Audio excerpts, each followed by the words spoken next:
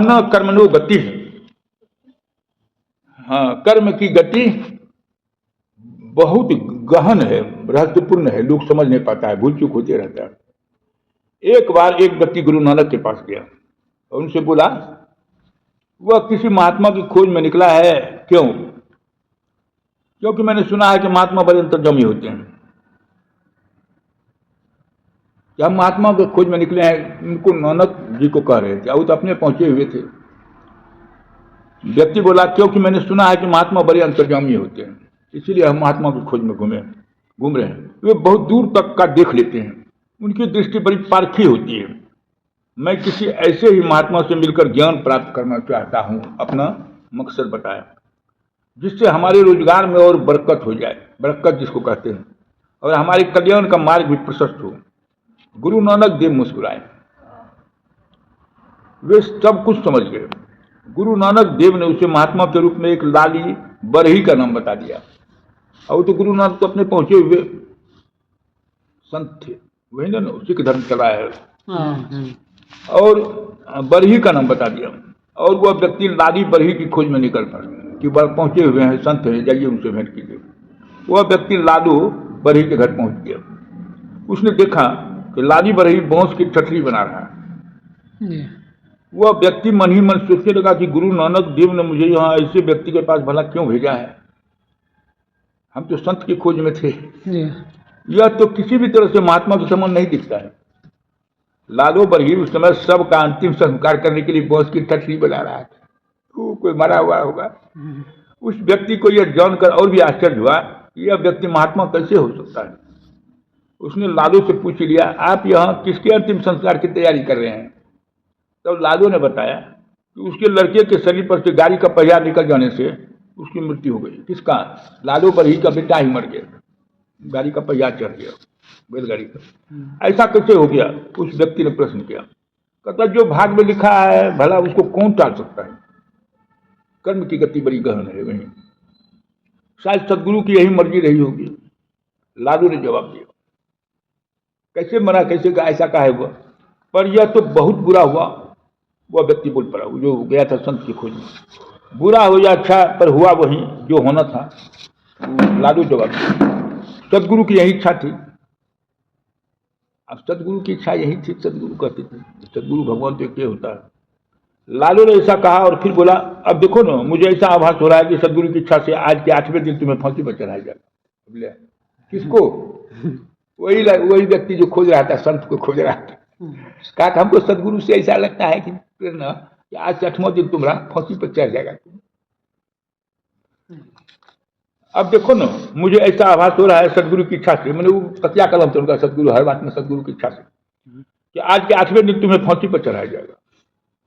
उस व्यक्ति ने जब यह सुना तो वह बेहद घबरा गया, तो भय के मारे 7वें दिन जंगल की ओर रवाना हो गया। उसे रास्ते में जब नींद आने लगी तो वह एक पेड़ के नीचे जाकर सो गया। संयोग से वह कुछ चोर आए और चोरी का माल आपस में बांटने लगे। जब केवल एक माला बची, वे उसे उस व्यक्ति के गले में डालकर भाग गए। एक माला बचा, कैसे उसको तोड़ के बांटेंगे? कोई होगा जेवर जेवरात को माला, उसका गला में डाल के सोया हुआ है, चलो इसी के भाग में, लेकिन होनी जो होगा वही होगा। थोड़ी ही देर में चोरों का पीछा करते हुए कुछ सिपाही आए थे, चोरी की माला उस व्यक्ति के गले में देखकर चोर समझकर पकड़ ले गए। कैसे घूमता कहो लालू बरही क्या कहते जब उसे चोर समझकर पकड़ ले गए। राजा ने चोरी जो हुआ था, काय को माला बचा है, तो सोना का होगा जेवर। राजा ने भी जब चोरी की माला उस व्यक्ति के गले में देखी तो उसे चोर समझकर फांसी की सजा सुना दी। बोला था नहीं, क्या तुमको लगता है गुरु के सदगुरु। उस व्यक्ति से जब उसकी अंतिम इच्छा पूछी गई, मरने के पहले जब फांसी पर जाएगा, तुम्हारा अंतिम कोई इच्छा है? तो उसने लालू बरही से मिलने की इच्छा व्यक्त की।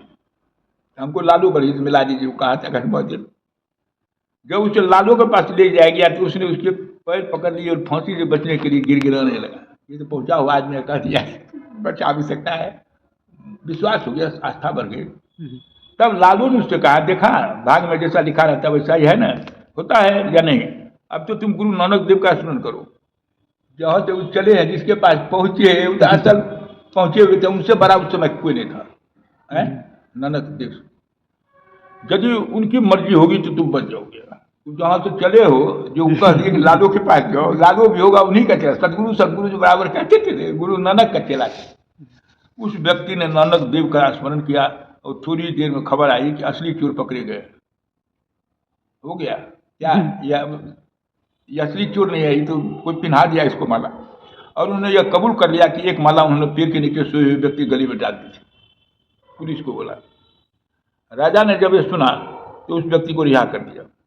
ये उसे प्रतीति हो गई कि भाग्य में जो लिखा होता है वह होकर के ही रहता है।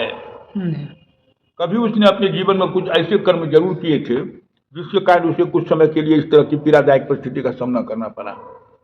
उसे स्मरण हुआ कि उसने वर्षों पहले, उसको पता लग गया कि हमको ऐसा चक्कर काहे लगा, फंसी का ऐसे पता लग गया कि हमसे गलती हुई थी, परिस्थिति का सामना। उसे स्मरण हुआ उसने वर्षों पहले किसी निर्दोष व्यक्ति को किसी मुकदमे में फंसा दिया था और माफी काफी परेशानियों के बाद वह व्यक्ति उस मुकदमे से मुक्त हुआ था। अतः आज उस व्यक्ति को अपनी की गई गलतियों का एहसास हो चुका था। गुरु नानक देव व लालो के प्रति उनकी श्रद्धा उत्पन्न हो गई थी और वह उसका नित्य सत्संग करने लगा। अब दोनों, लालो भी गुरु हो गए इनके और वो भी गुरु। लालो तो पहुंचे हुए थे, अरे कर्म बढ़ेगा करते लेकिन पहुंचे। रैदास क्या था, जूता बनाते थे लेकिन पहुंचे हुए हैं। रैदास कठौती में गंगा निकाल दिया। सुने हैं कहानी रैदास का? रैदास का जन्म कल उनका जयंती था। मन चंगा तो कठौती में गंगा। अरे कितना दीजिएगा हमको? हैं आ गया। आपको तो होना चाहिए पत्रकार।